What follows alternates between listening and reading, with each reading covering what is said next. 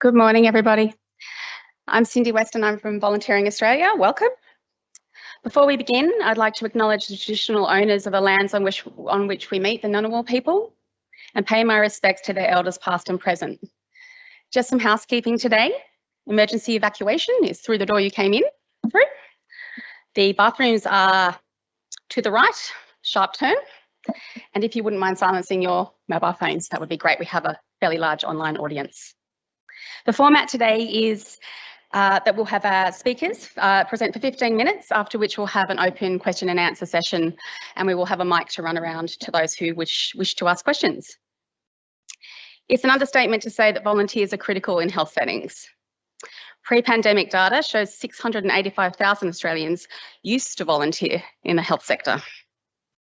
Those statistics have changed. So to explore this area of challenge and opportunity, we've got three wonderful speakers today with great credentials in this area. Sharon Walsh, Director of Volunteer Services for Bendigo Health. Dr. Rachel Winterton, Senior Research Fellow at La Trobe University. And Nicky Pearson, Volunteer Services Manager for the Children's Hospital Foundation. So to begin, I'm going to invite Sharon, or Shaz as she likes to be called, to speak about the Loddon Mallee Health Volunteer Strategy. Thanks, Cindy. Hi, everyone. Great to see everyone in person, finally, after a few years. All right, so glasses on. So I won't be able to see you, but I'll be able to see this. All right, so firstly, hello. Thanks very much for allowing me to present. It'll be a bit of a fast and furious presentation today because, have we got a presentation? Because I'll need to hand over to both Rachel and Nicky because they've got pretty good stuff to tell us about, and I'm pretty keen to hear about those. So just, okay.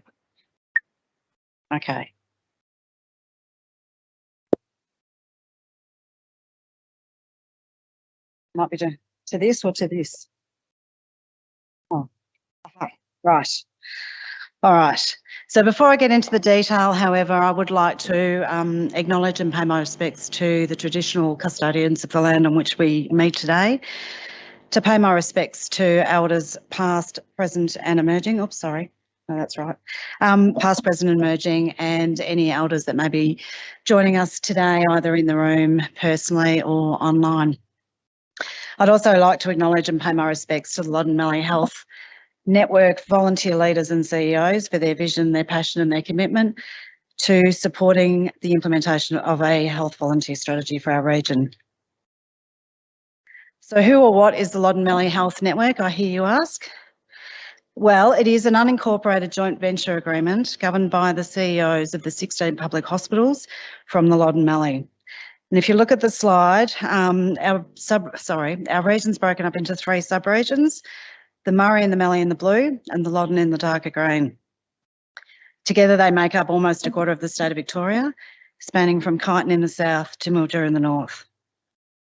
This is a really unique collaboration whereby the Loddon Mallee Health Network respects the sovereignty of the local governance of each hospital and health service board of management, as well as the strategic focus of the Loddon Mallee Health Network's regional plan for 2020 plus, which was developed in conjunction with each board chairperson's input and endorsement. The region has a commitment to furthering the quality and safety of healthcare provision, which is the driving force for the creation of this network, and a first of its kind for the state of Victoria. I'm very shaky. You guys are very intimidating, I've got to say. These eyes. Okay, so how did the strategy come about? Well, towards the end of 2018, I noticed at my organisation that the volunteer numbers had started to dwindle, quite significantly, and I knew that that was going to have a really big impact on my health service. Now, I'm really lucky. I've got a really engaged executive team. However, gaining traction is always difficult when you've got competing priorities. So in June 2019, I arranged to meet with my CEO. I was given a 15-minute slot, so I had to be pretty succinct about what it was I was sharing with him. So having prepped my spiel, gathering some research and data to back it up, I thankfully sought feedback from some colleagues. One colleague, a CEO herself, said, well, you know, the information's pretty good, but she said, what are you asking him for? She said, as a CEO myself, I would want to know what needs to be done to turn this situation around, what's going to take, why it's important, and how much it's going to cost. So bingo, she gave me the CEO formula. So taking on her comments, I met with my CEO, moving from point to point very swiftly, a lot more swiftly than I am today. I perform my rehearsed spiel. We sit down and we have an open discussion around, you know, what's been tried in the past. And I said to him, look, you know, at the end of the day, we're still in trouble. So without missing a beat, he looks at me and he says, so what is it you're asking me for, Shaz? I said, well, Peter, I want you to invest in a Bendigo Health volunteer strategy. I've costed it out. It's going to cost you X, Y, Z to backfill my role so that I can undertake this work. Thankfully, he smiled. But my 15 minutes are up. So he thanks me for raising the issues. He tells me he'll consider the proposal. He asked to keep my notes and he says he'll get back to me in a couple of weeks. Now, at this point, I was completely unaware of any discussions to establish the Loddon Valley Health Network. So fast forward a couple of weeks, I'm at the Volunteering Victoria conference in 2019. My CEO phones, he says he's been considering my proposal and he wanted to know whether or not the situation was happening in other health services within our region. Thankfully, I had that data, so I could say, yes, it was definitely happening, but probably at varying rates. So Peter then asked me to present to the Loddon Valley Health CEOs at their upcoming meeting. So I went there, I presented to them. I was really surprised by their level of engagement, their level of interest and concern. They asked a lot of questions and that sort of opened up a whole lot of discussion, I guess, between all of us, which resulted in their collective understanding of the situation that we're in and their immediate decision to fund me to undertake a volunteer strategy for the Loddon Health Partnership, which was 9 out of the 16 health services that would later become the Loddon Valley Health Network, which is pretty amazing. In the first 12 months of that project, we had some delays, so backfilling my role took a little while. We did a benchmark of the 9 health services and we submitted that or presented that to the CEOs, who then thought it would be a really good idea to also do it for the Murray and the Mallee sub-regions. Then COVID hit, our volunteers were stood down, volunteer leaders redeployed, all of our work increased to support our volunteers in our health services. And as project lead, I was short-staffed and working the equivalent of a 1.8 FTE, and people wonder why I've gone grey.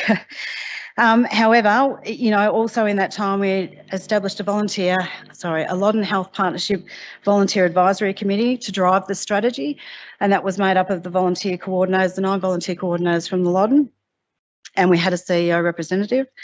We carried out some interviews with our stakeholders to understand their individual program needs, and we created an infographics to highlight the importance of volunteering in health for our CEOs. And then together we commenced a deep dive into what we thought our strategy needed to contain.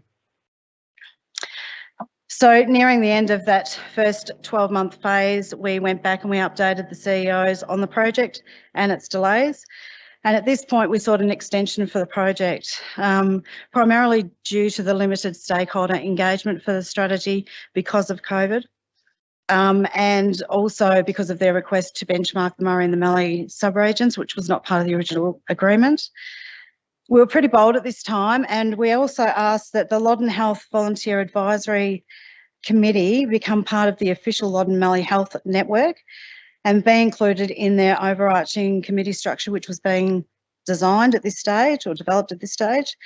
We also sought funding to facilitate 3 future in health volunteering workshops across each of the sub-regions. And given that the additional benchmarking was being done for the entire region, that the strategy also be widened to include the entire Loddon Valley Health Network. Now, our requests were pretty ambitious given that we were asking at the height of the pandemic. Our CEOs had a lot of conflicting priorities at this point, but without hesitation, the CEOs approved the extension, the expansion and the additional funding, which is pretty amazing. So we carried out some benchmarking. across all of the region. And one of the things, or I guess the things that we learned, was really that the benchmarking matched our assumptions. And that is that we've got an ageing volunteer workforce. In many of our small towns, we don't have any high schools or universities.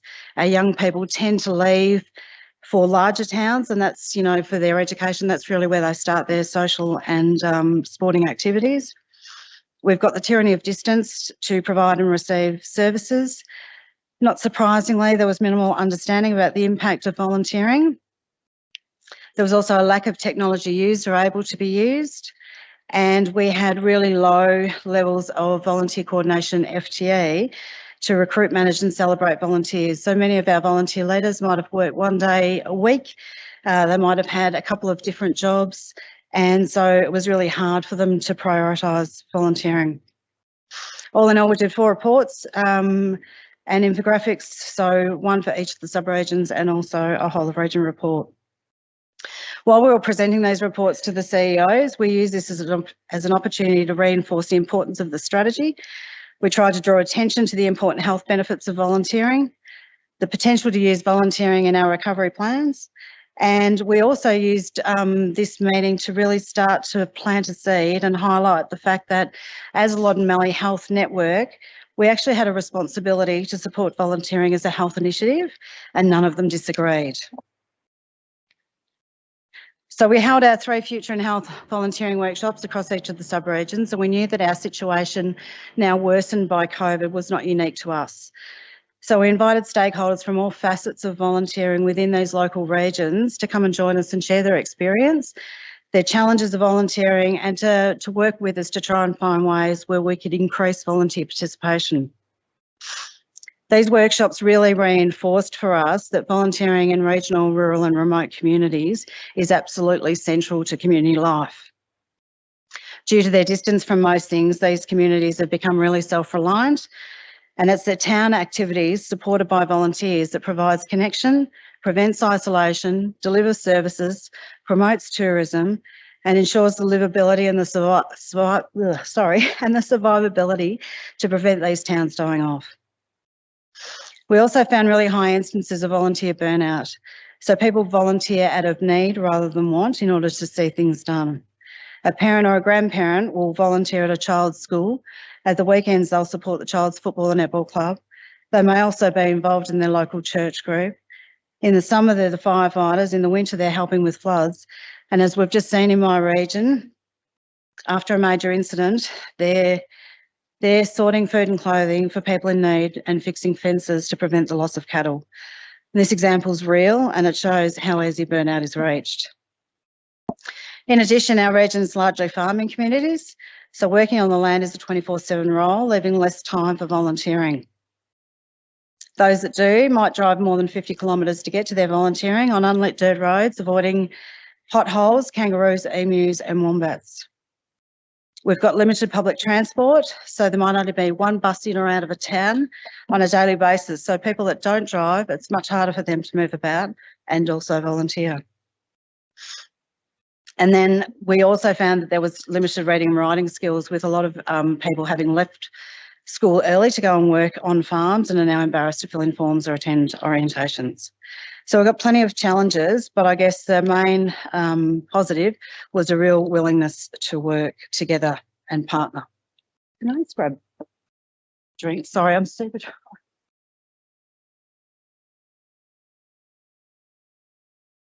Okay, so in 2020, we delivered our strategy, which you can't read up there. Sorry about that. So this is our plan on page. We set it out in the same format as the Loddon Mallee Health Network's regional plan for 2020 plus. And that was so that it could be consistent with and provide a direct connection to support the overarching aims. Our statement of intent and 4 key areas focused on the same or similar priority areas and were adapted to ensure our success, as was the first project to be completed. So we actually set the format for all future projects. when we were delivering that strategy, we also recommended that not only the strategy be adopted, but that we also be supported for a further 12 months of funding to commence phase 1 of the implementation. So that was to address probably 4 key areas. The first one was to develop shared policies, protocols and marketing collateral, to pilot a volunteer passport to aid in the sharing of volunteers and reduce the burden of paperwork. Unfortunately, that was placed on hold due to factors outside our control. We wanted to explore a train-the-trainer model to support our volunteer leaders, and we wanted to develop a business case for a region-wide volunteer management platform to help us manage and report volunteering activity. And again, without hesitation, our CEO said yes. So during phase 1, we did a lot of work, and as we neared the completion of that phase, we went back and updated our CEOs again. This time we asked for a further 12 months to commence phase 2 to procure and implement a region-wide volunteer management platform that because we've not yet been able to do that, and we wanted to finalise a set of guidelines for our volunteer leaders to help them along their way. And again, without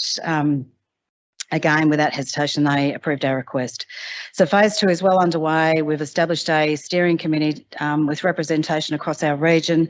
We've determined potential suppliers. We've clarified our needs and expectations and data sets, and we've established a draft timeline. And we're hoping to get out request for quotes documentation to those potential suppliers in the next week or so. I've got 2 slides. So here are some of the things that we have managed to achieve, but for me, there's probably been 3 triumphs that really highlight our success. The first one is that our CEOs approved the Love Competency framework that Rachel's going to talk to shortly to be integrated into all of our Loddon Mallee Health Network volunteer leaders' position descriptions. The second thing is that we have secured a permanent seat at the table alongside our CEOs on one of only 4 decision-making committees for the Loddon Mallee Health Network. And the third one is that we've got our CEOs supporting us and acting on our behalf. So when we raised the issue of volunteers requiring a certificate 2 in first aid for community home support programs, we asked the CEOs to raise that concern at their CEO meetings. And we also asked them to write to the Federal Minister for Health to challenge that requirement, and they did both without hesitation. So a few things that we've learned along the way: be brave.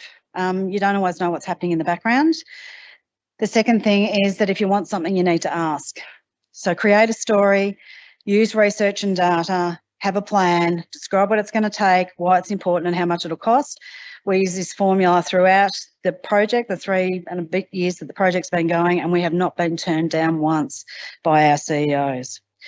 The other thing is CEOs don't always understand the mechanics of volunteering, and it's really our job to teach them and to bring them along for the ride. They love a little bit of innovation. It gives them a level of bragability, so use it where you can. Try and align your work with with whatever is existing. So if there's already strategies in place, try and use those. Be consistent and try and use key messaging. So having established the catch cry, volunteering is a health matter for the Love Network, it made sense to keep using that. And we knew that it would be easily remembered by our CEOs. It reinforced our intention and emphasised a shared responsibility to lead and promote volunteering as a health initiative. And whether you're successful or not, be gracious and grateful, and let your CEOs not just know but feel the importance of what it is that they are doing. So we're really proud of what we've achieved so far. We can't wait for a region-wide volunteer management platform that won't only just help us to manage our volunteers on a day-to-day basis, but it will be the first major step for a Loddon Mallee Health Network volunteer passport that will allow us to start sharing volunteers across our region and hopefully positively shape the desired future that we're seeking. So thank you very much.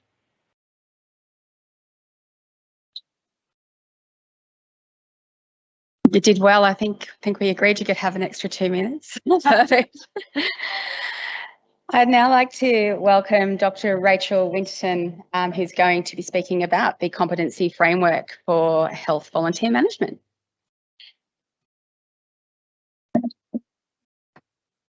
Right. I like having a cheer squad. I don't normally have a cheer squad.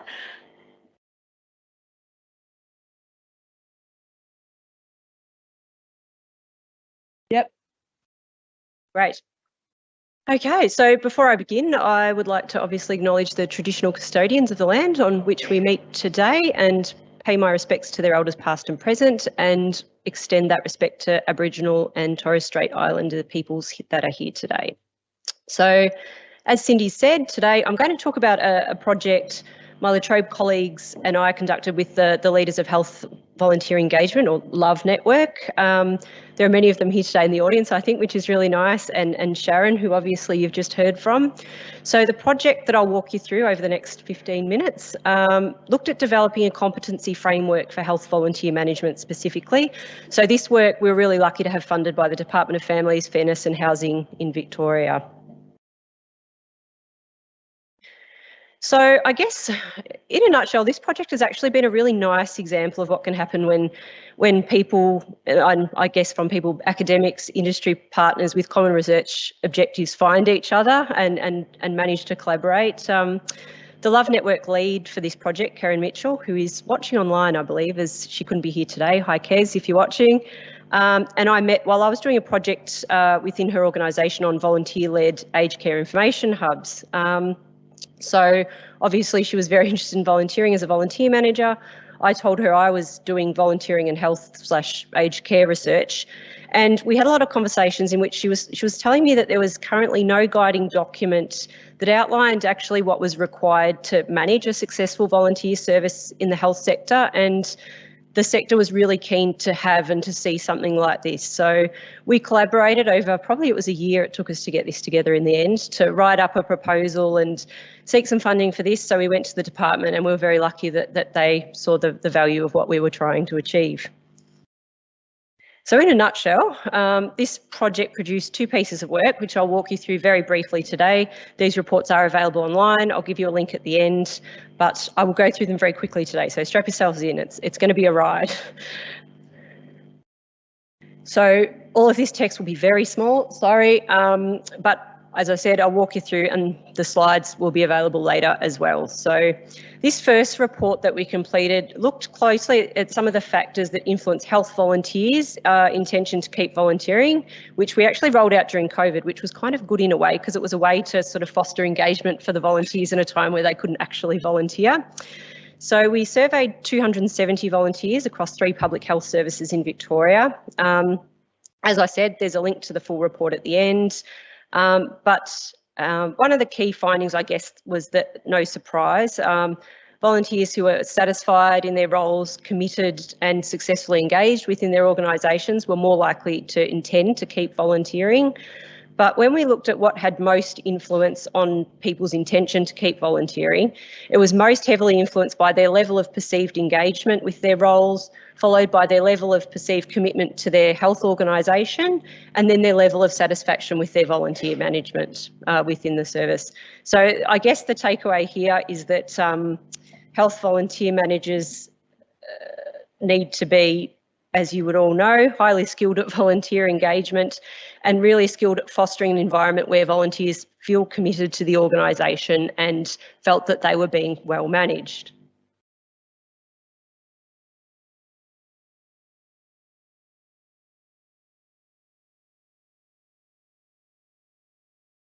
All right, so the second piece of work was really the key piece of work for the project, which we wanted to look at the competencies required to manage volunteers within health organisations, so with the overall aim of developing this competency framework.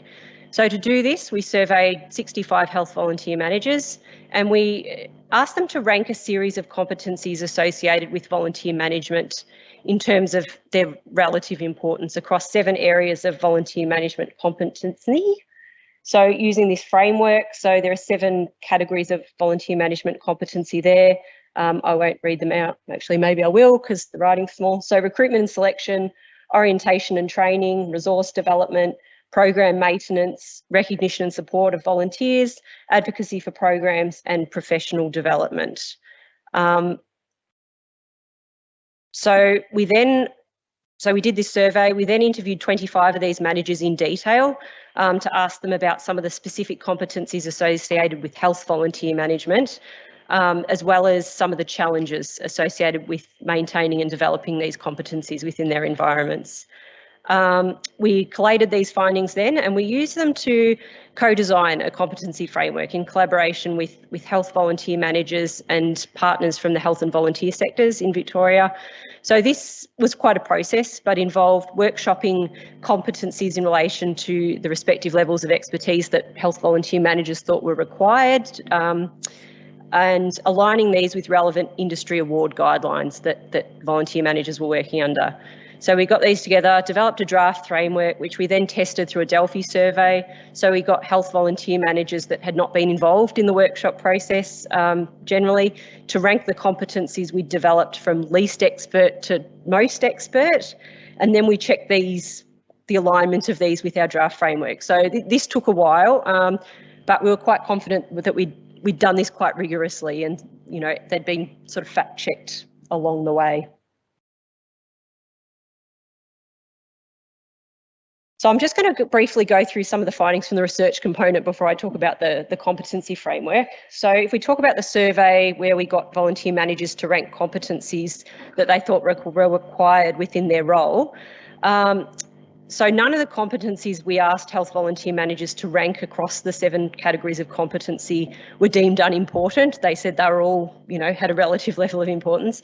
So we were able to confirm that the model we were using was a good one to use for our eventual competency framework. So in terms of the actual competencies that were discussed, the category of competency that was seen as most important by health volunteer managers in the survey was volunteer recognition, which kind of fits with what we found through surveying volunteers, that was important.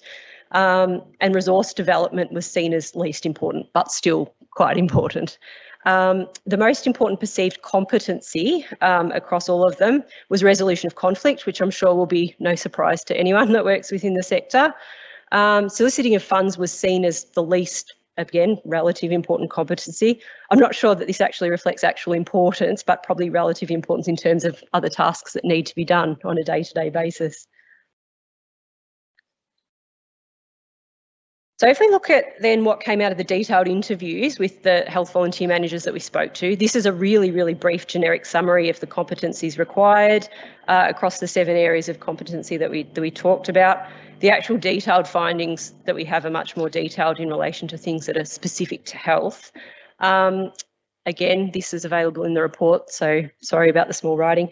But the key message here, I think, is that, and again, not news to anyone that's sitting here, I don't think, but volunteer management is a really complex job, which requires a significant diverse skill base. So think HR, counselling, marketing, these are some of the things that we were told. I think jack of all trades was used in probably most of the interviews. However, I guess a key theme within the interviews was that the overlay of doing volunteer management in health has challenges that are obviously quite specific to the sector. I guess in terms of the high level of regulation and bureaucracy within these environments, and obviously the high level of risk management that's needed. For example, I guess into things in terms of compliance with health and aged care policies and protocols, privacy and safety legislation, or the screening, all that sort of thing. Of course, other sectors have similar but distinct challenges in regards to compliance with regulations, but there were some specific health ones that did come up. So we also spoke briefly to volunteer managers about some of the barriers associated with maintaining or obtaining these competencies within the health sector environment. 3 key areas, I guess, came up. The first, the status of volunteering and volunteer management within the health sector was often seen as a challenge. I guess in terms of its relative importance within health services in an environment that is obviously focused very closely on clinical care. So with no guidelines around management of volunteers that are mandated or any dedicated funding, so funding is at the discretion of respective health services, resourcing competency development was somewhat challenging for some people, not for all. And where competency development opportunities could be funded, they were often not wholly applicable sometimes or accessible, particularly for those in rural or regional settings and more experienced volunteer managers in the health sector, I guess, who are looking for more advanced levels of professional development.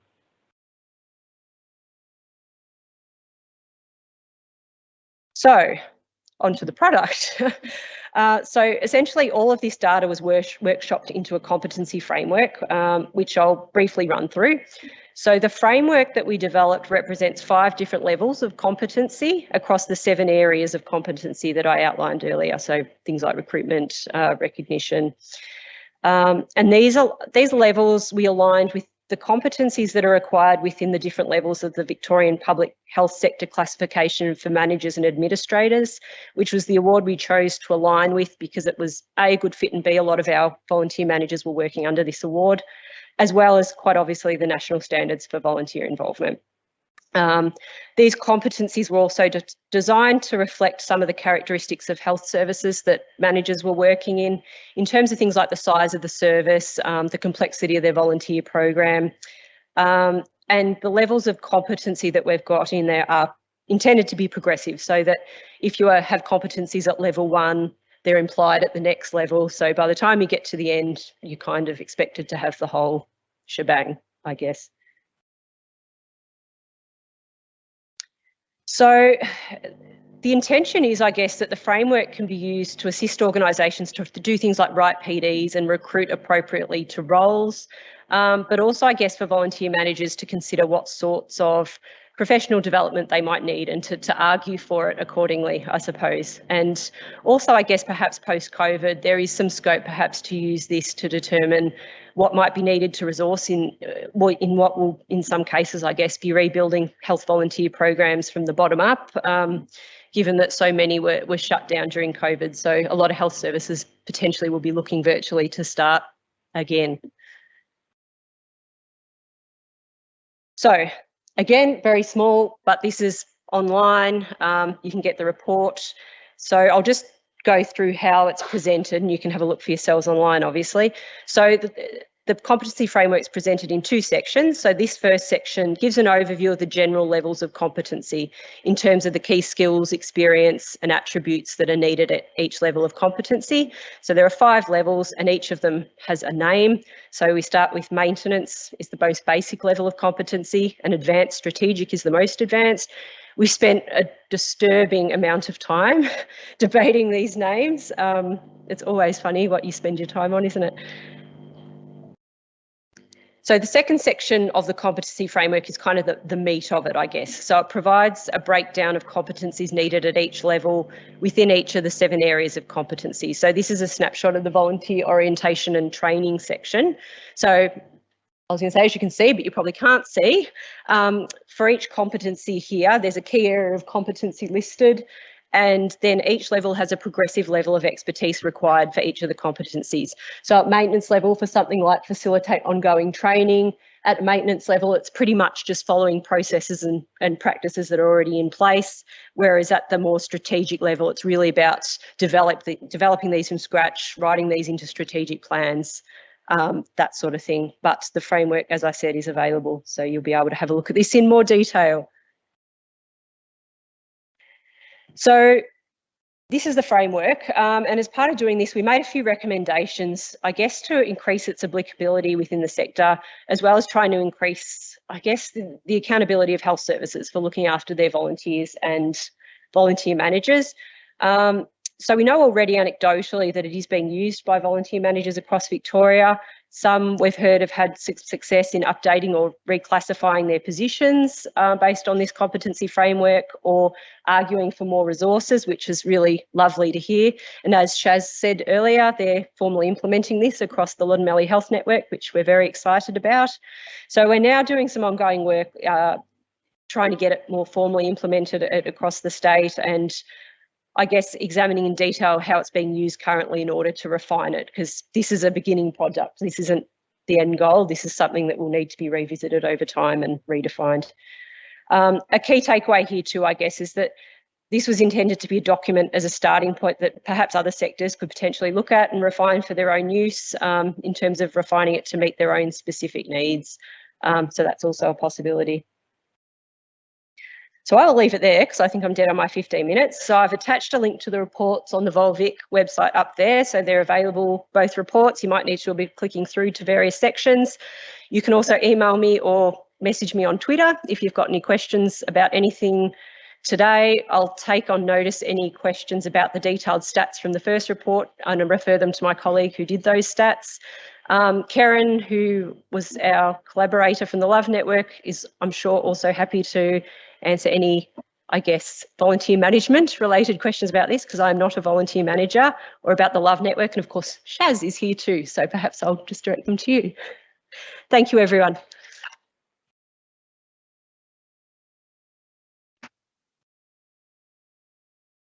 Thanks so much, Rachel. That was great. And you didn't go over time. You did well. Last but not least, Nicky Pearson, to speak on a subject she's very passionate about, volunteer engagement and recruitment in the health sector.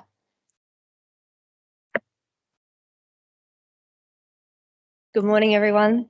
I am very excited to talk with you today. So I'm going to try to talk very fast and, as my colleagues say, rabbit on about one of my favourite subjects. So I'll try and slow it down. Every now and then I might pause and breathe to go, calm it down, Nicky. You're being too excitable. So today I kind of want to run through Children's Hospital Foundation of Queensland and how we've built our volunteer community within the Queensland Children's Hospital, but also the Child Community Health Centres within the Brisbane region as well. To do this, there are 3 stages of engagement that the CHF employs: the initial, the onboarding, and the ongoing. It's important to have really clear engagement strategies, not only in recruitment, but also in retention of volunteers, which I'm sure my fellow volunteer managers all hate that word retention. I like to replace it with the words engagement. Less pressure, sounds nicer. Today, I'm going to run through 2 areas of focus. These are going to be the initial and the ongoing. The reason I'm not doing the onboarding, it is important, but each of us have different onboarding requirements, and I'm more than happy to discuss after this session about onboarding for your own special needs and sections as well.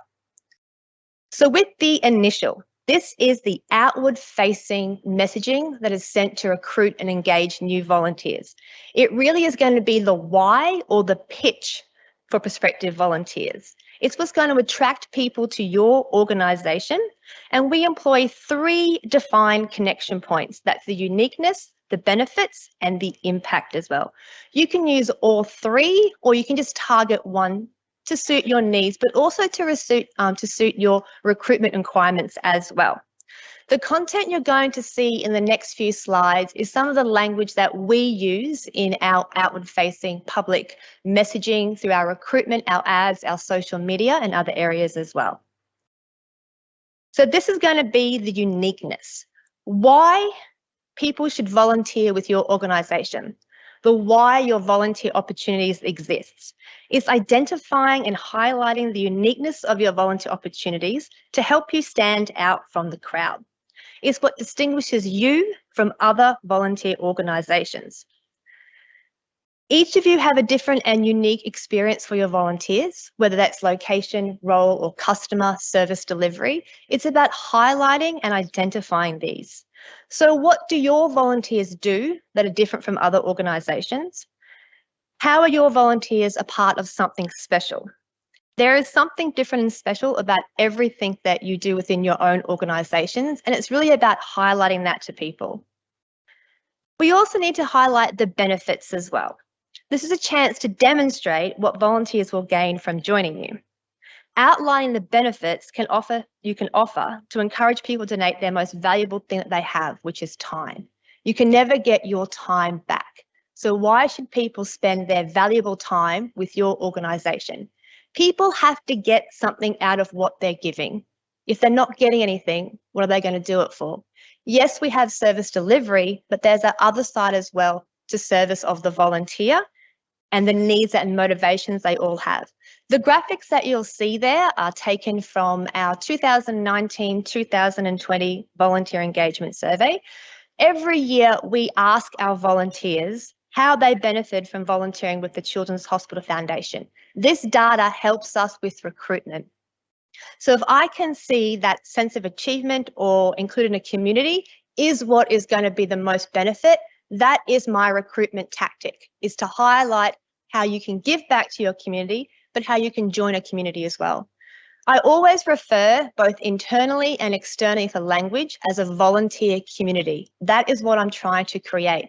From the very onset, that's how I referred to. With all of our marketing, our social media, internally and externally, you can either call us the green team or you can call us our volunteer community. We then go through to the impact. This translates the positive difference your volunteers are going to make and how they will serve your customer base. It's really important to highlight the need and the difference of your organisation as well. For us, no one wants to be in hospital. No one wants their child to be in hospital. Hospitalisation is stressful. It's not just the medical side of things, it's also the psychological impact, the social impact, the financial impact. It goes beyond the diagnosis. So the messaging here to our volunteers is how we can support and ease the burden of our customers.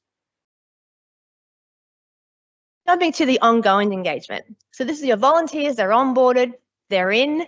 This is for the long term, the duration of their volunteering is the entire time they are with your organisation. This section never ends. It is always there, it is always present, and it's always adapting and melding to what your needs are at that time. So for ongoing engagement, we have 4 connection points, that is impact, involve, inform, and invite. So for the impact, your job is to translate the positive difference that your volunteers make to the people that they are serving. You want to use all the areas that they support, all of their touch points. It's not just the patients that they're supporting. It can also be the staff of the hospital, their fellow volunteers as well, the families that they're interacting with, all of their stakeholders that we support through service delivery, we need to translate the impact that our volunteers have. Because being told that you're making a difference and by having the efforts recognised within the work setting, in the hospital as a whole, within your community as a whole, people are more likely to continue coming to shift because they feel valued and they understand clearly the difference that they're making. But to get here, you need to understand the impact, which is why outcome measurement is so important. This helps us translate the impact our volunteers make to go measuring our outcomes out there. I don't believe that striving for a number of volunteers is a measure of success. I may have 800 volunteers. It looks fantastic in a report, but is all those 800 volunteers making the impact of the service delivery that I want? It really is educating and flipping, especially internally, about the messaging for your volunteers. I may have 800 volunteers doing low impact work, but I might have 100 volunteers doing high impact work. The outcome measurement is how you understand the impact and how you communicate the impact to their volunteers, as well as your stakeholders, as well as your donors and the entire organisation as a whole. To do that, we also need to involve them. So 1, we want to bring them along the journey with you. Where are we going? Where do we want to be? What's our strategic plan for the next 3-5 years for our volunteer services? Bring them along with you because they are your workforce. They're the ones who are going to be doing the job for you to meet your KPIs, to write your reports. So bring them along and get that buy-in. And to do that, we want to consult and collaborate with them. I am a real strong believer in bringing in the frontline people for service delivery to help me design the services to support patients and families. There's no point me standing up and going, you're going to go up to an inpatient unit, you can do this, this, this, and this. I am not physically doing the role. I'm not working in that area. I need the people who are delivering that service on my behalf to work with me. To do that, we need to co-design this impactful service together. But we also need to use them as resources to meet the needs of your organisations as well. We all have service delivery, we all have our deadlines, we all have our requirements and KPIs. How can we use our volunteers as our resources to help meet these? We also want to involve them in strategic planning. And sometimes people think strategic planning is the big picture, the big big picture in the sky. It's not just that, it's also the day-to-day aspects. involving them in that strategic planning, doing those reviews of the volunteer services, regular evaluations of how the services are going, so you can find out, one, are they meeting the customer needs? Two, are they meeting the volunteer needs as well? Because they need to want to do it, but they also need to understand why they're doing it as well.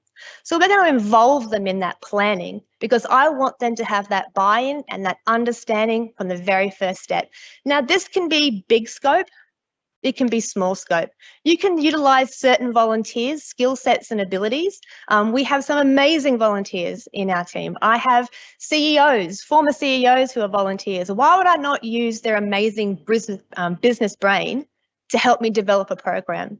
If I have got entertainers or people who are very talented at face painting and balloon animals, which in my industry is very, very important, working with children, I need to get to know them so I can work out how to use them to the benefit of the patients and families. We also want to have open forum and shared leadership, whether that's identifying certain volunteers that have those real capabilities to give them more shared leadership, whether that's a volunteer ambassador position or a volunteer team leader, giving them that level of responsibility and involvement. People are going to be engaged. If they know what's expected of them, they know what they need to deliver, they're going to be engaged. Now, like I said, this can be targeting certain volunteers that you've identified as having a fantastic skill set, or it could be targeting certain volunteer roles that you know have a high impact, but we can do more or we can do less that go through it as well. It's really important to have either these practices across all areas, but you can also just employ one or two. So 1 and 2, you have a low level. 1 to 3, you're going to have a mid-level engagement. If you incorporate all 5 amongst your volunteers in some aspect, you're going to have high level of engagement. If people want to be there, they're going to turn up. It's really important as well to inform, and there are 4 different ways of informing through that there. We have our communication schedule. This is about upcoming changes, but also wrapping up events, giving them information about what has happened when they're not on shift as well. You may have volunteers that only come in every Tuesday for a shift. Inform them what happened Monday to Friday as well, so they can understand that things happen outside of their involvement as well. But it's really important to have consistency with that scheduling. For our volunteers, they know at generally bi-monthly, Friday, 4 p.m. is when the update email is going out. Because when they see that land in their inbox, they know that it's information they need to read, and it's not going to get lost amongst the scam filters and everything there as well.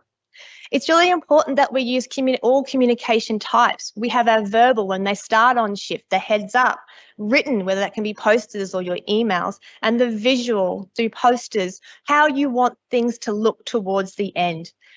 Communication journeys are really important as well. The why, the how, the what if, why we're doing something, how we're doing something, what we need to do, but also the what if brings out the further opportunities that are going to happen, whether it's for patients and families, but also for the volunteers as well. Then there's the communication methods. Don't just stick to one, choose 1, 2, 3, 4, as many as you can to meet all different types of brain types and understanding as well. Use all, but adapt different messaging styles. So you would adapt your social media messaging to a newsletter. Content is smaller. Then have our invite. So we're going to invite social connection. We all understand that social connection is very important for volunteers. They want to feel they're a part of something, a part of that community. These can be big things, they can be small things, they could be recognition practices, they could be informal, they could be formal. You could do ones just for certain volunteer roles, you can do ones for the whole volunteer. You could have informal barbecue days at a park, bring your family and friends, to formal ones, volunteer Christmas party. We also want to make sure that everyone perceives recognition differently. So target and tailor to that individual. If you have someone that doesn't like a big fuss, don't make a big fuss. If you have someone that you know would get a big kick out of a big fuss, go for it. And then it's the suggestions.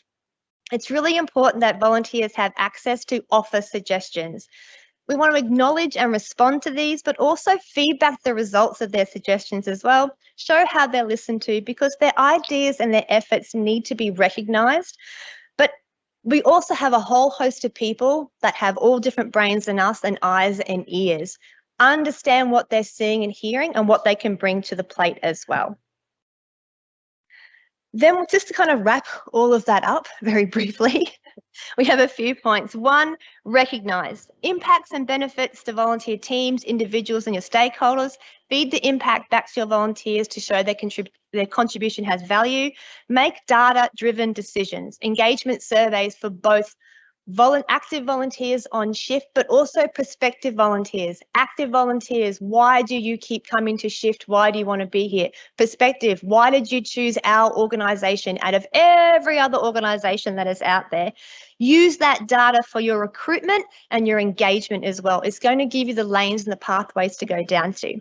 Networks are really important. Utilize them. Volunteers know lots of different people. Word of mouth is so important. Use your volunteers' influences and skills and networks. Social media. Are all of your volunteers part of the social media plan for your organisation? Are they sharing your social media content to all of their people as well? Making sure that we're also using influence for fundraising. Volunteers want to do more, and it can be either for goods in-kind donations or it could be the networks they use. If you just give them the opportunity, people will do more. And then leverage your resources, the passions, the skills of your volunteers. Get to know what they're good at, what they can do, basically how you can use them to better experience. For recruitment and volunteer engagement, our job is to aspire to inspire people to help other people. But also we know things go wrong and don't seem to work. So it's our job now to get curious and not furious as to why it didn't work. Work with our volunteers to explore how we can improve and get better. Thank you.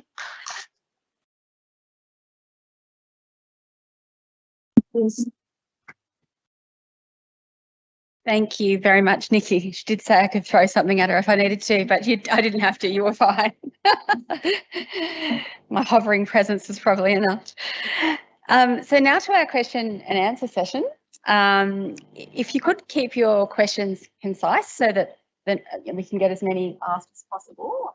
Give mics, and we're going to have a roving mic for questions from the floor. And I'll just, have we got any, who would like to go first? Okay, up the back? No, stretching.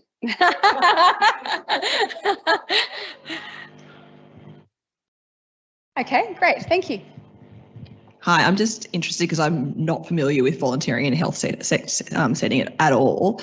Like, I understand there's lots of different groups that would volunteer in a hospital or a health service.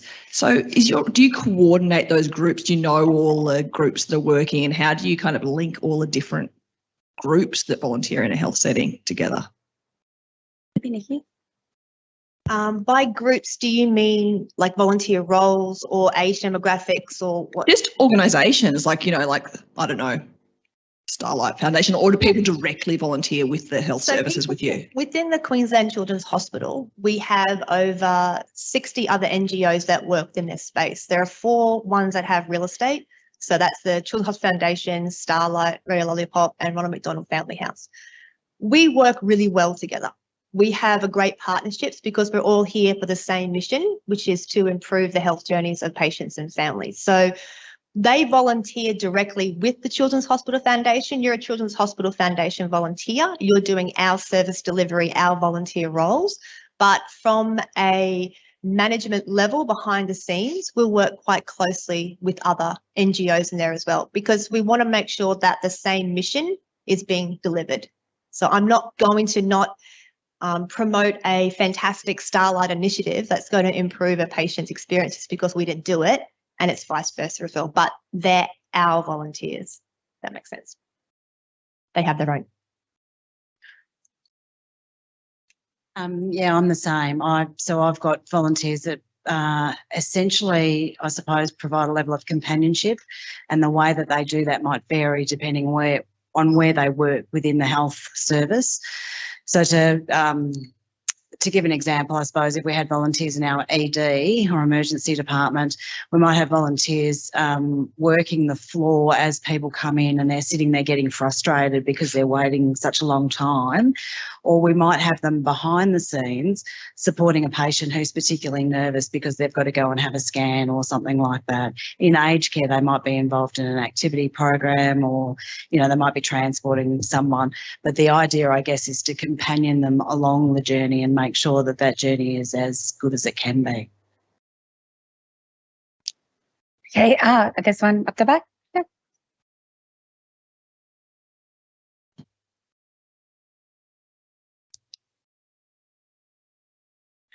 This is a Queensland specific question, but not necessarily. It's probably applicable to everyone. But when you mentioned just there that you as NGOs are united by that common mission to improve the patient's journey or family journey, is there an overarching strategy at, say, a Children's Health Queensland level that helps you have that shared vision in the hospitals? Or not necessarily yet an actual documented strategy. We're a part of the Children's Health Queensland values and mission as well. It kind of will trickle down. We have a Children's Health Queensland partners manager that is the go-between for us NGOs to talk to feed back up to a higher executive level.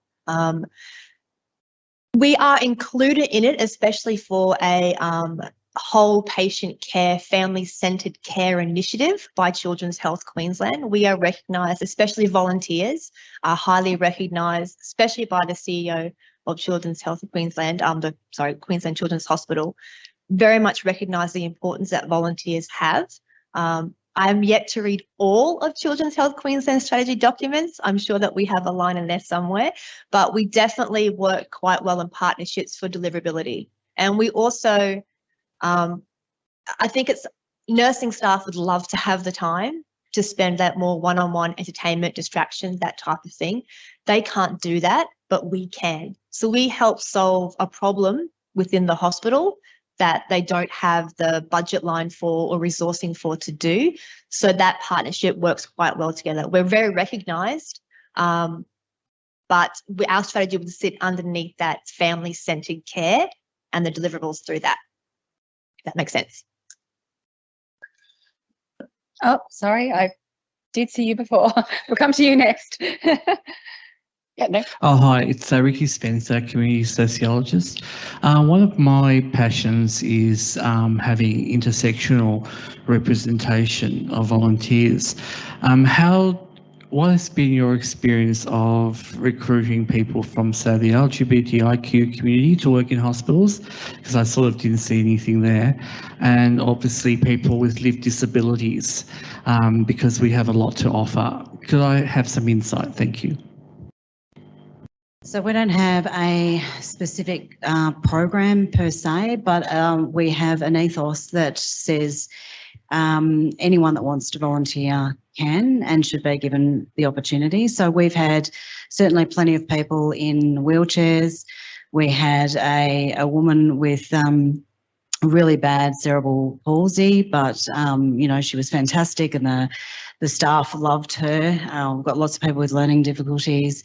LGBTIQ, again, people are people, right? So, you know, if you've got skills and you have an interest, then absolutely there is nothing preventing you from, you know, being supported. We've got obviously plans in place for our Indigenous, for our LGBTI communities, you know, so I think health are pretty good at welcoming anyone. We service everyone. We don't have a choice on who we service. We're public, well, I am anyway, public health.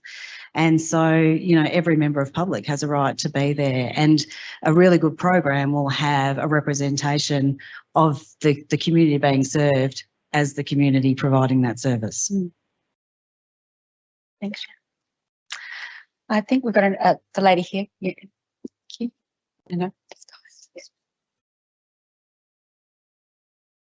Yeah, my question is, obviously with health-centred volunteering, we're primarily looking at face-to-face volunteering, but at the moment there's a huge shift in innovation in virtual volunteering and how that engagement is creating growth in the industry long term, which is a real contrast to family-centred care and direct patient-centred care. So is that something you're specifically looking at in I guess putting a lot of energy in developing more virtual volunteering experiences, or is it just more something kind of on the sideline of the health environment currently?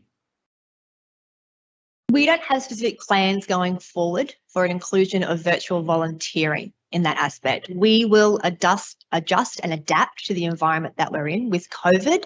Our services are face-to-face patient interactions. It's kind of hard to play Play-Doh with a child through a screen. What we also found was limited accesses that families had to screens and technology to do so as well. We've got over 50% of the inpatients in the Queensland Children's Hospital are regional families. They're not from Brisbane.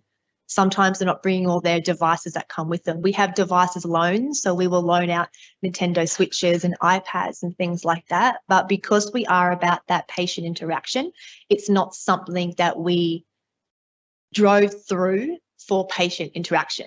But on the side of that, our volunteers don't just also support patients and families, they also support the foundation as well. So there has been opportunities for virtual volunteering in regards to workshops to help build our volunteer engagement, but also our service delivery, but the foundation as a whole. So they're involved in that as well, which is still classed as volunteering, but it's not something that we have a viewpoint to build and grow on, just for the simple difficulties that, they get free Wi-Fi.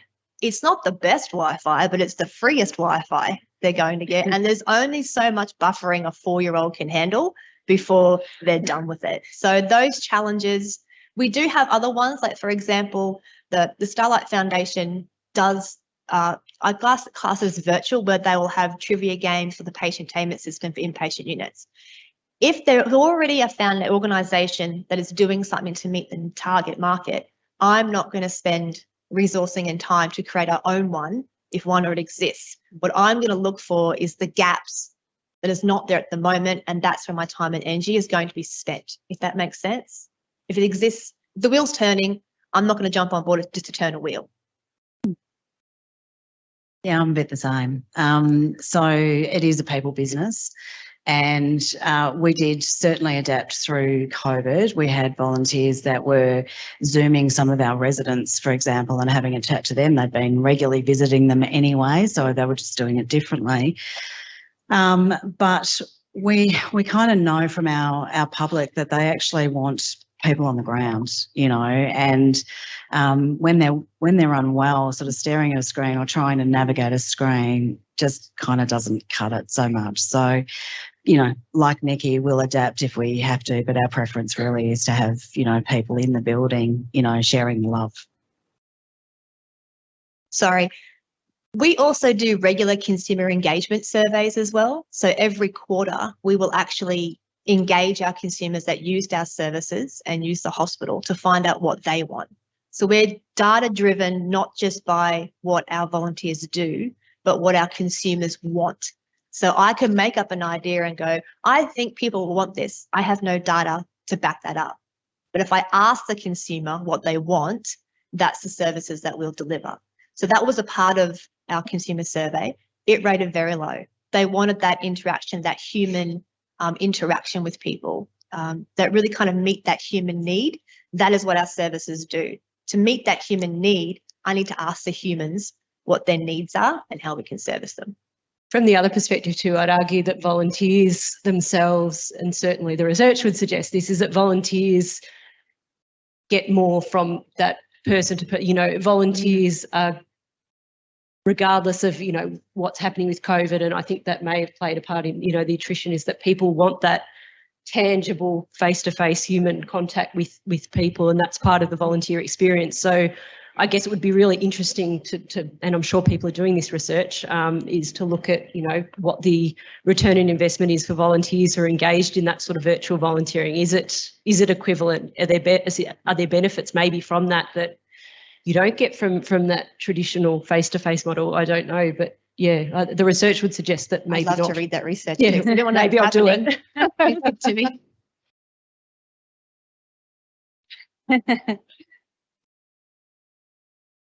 Yeah, it's an interesting, because it's interesting. There's a lot of stuff coming out about, people want more flexible forms of volunteering, which obviously virtual forms lend itself very well to, but it'd be interesting to see the reality in terms of, how that stacks up when you actually ask people was this a good volunteer experience for you? And obviously from a patient perspective as well.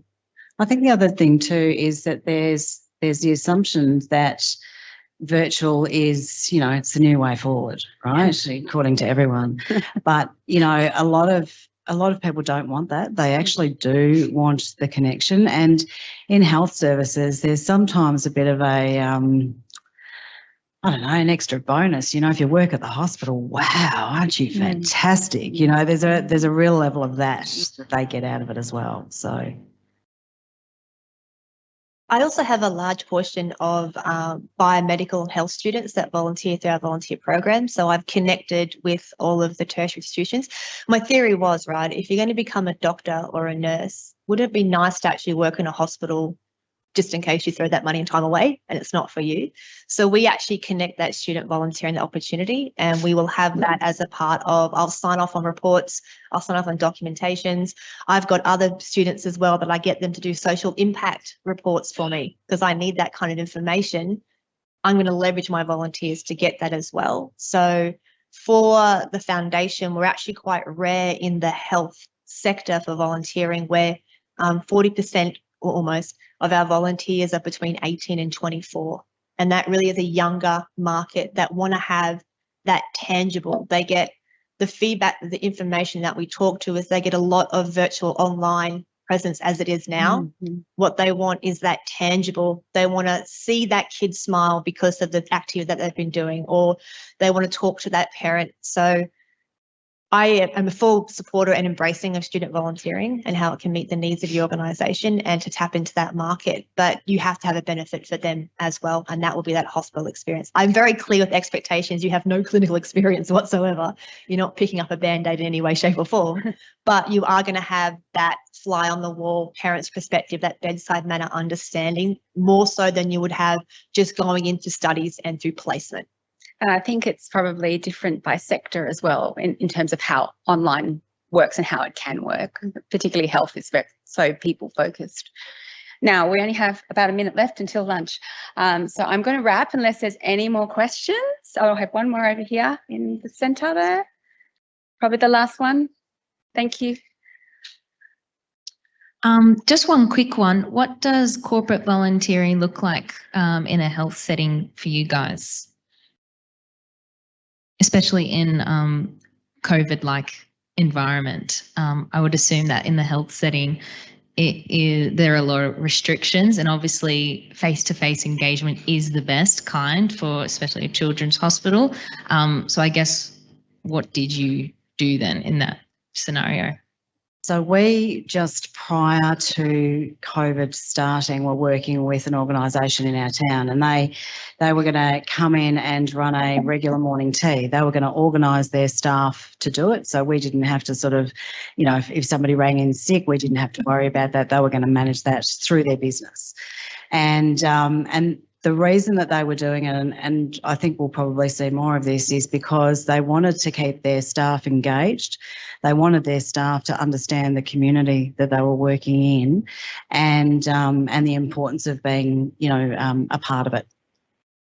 So unfortunately, though, COVID hit, and all of our volunteers were stood down, and we are hoping to sort of, pilot that and see how it goes, and then roll that out across, not just Bendigo Health, but if we can do it across the region as well, that would be ideal to sort of support some of our programs moving forward.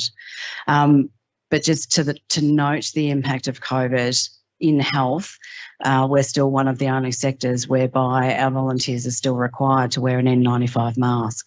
And, Nicky's lucky, she's got a really young cohort of volunteers. That's not the case, in most hospitals. And, you know, for older people having to the constriction of a mask, and it makes it hard to breathe. So, you know, even as we're getting the volunteers back, we've still got a proportion of them on hold, not prepared to return until such time as they don't have to wear a mask. So, you know, we're kind of a bit behind the 8 ball as far as the sector goes to welcome volunteers back. You know, it's going to take us a little bit longer. Does that help? Okay, thank you everybody, and I'd like to thank the speakers today.